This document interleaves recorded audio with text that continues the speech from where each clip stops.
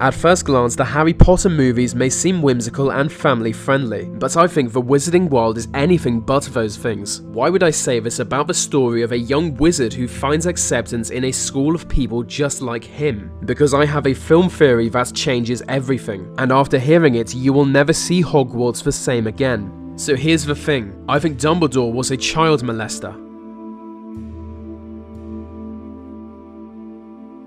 So why would I think Dumbledore was a child molester? Well, first of all, he looks like one. You can't wear robes like this and get away with it. That's what initially raised my suspicion that something wasn't quite right about Albus Dumbledore. But after going back and carefully examining the film series, I can now say the truth is far more disturbing than I thought. From the very start, Dumbledore was showing signs of an unbalanced psyche. He developed an obsession with a young boy called Harry. He wrote to the boy inviting him to attend Hogwarts school. The boy's legal guardians were rightfully protective. Not knowing anything about this man Dumbledore or the school, they decided not to accept the offer, just as most reasonable parents would not have. But being an obsessive man, Dumbledore could not take no for an answer. He sent letter after letter, writing in ever more stern tones until the family could no longer take it. Now, there are just two reasons for a grown man to approach children with the promise of magic. Either he's a paedophile or a clown. And if we're being honest, there are two kinds of clown, those who abuse children and those who want to. So by the law of Occam's razor, Albus Dumbledore must most likely, probably, be a child molester.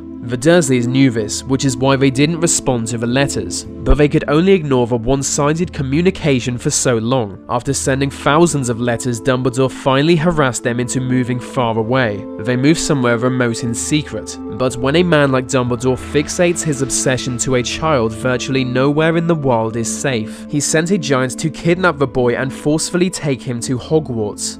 Act 1 of the first installment of Harry Potter literally depicts Dumbledore harassing a family for months before kidnapping its youngest member. And that was just the start. At Hogwarts, Dumbledore would torment the boy with visions of his dead parents. Some would say this is not the start of sexual abuse but of ideological indoctrination. Looking back at these shots of Hogwarts interior shown throughout the series, we can observe something especially disturbing. The school has an eerie resemblance to an ISIS training camp.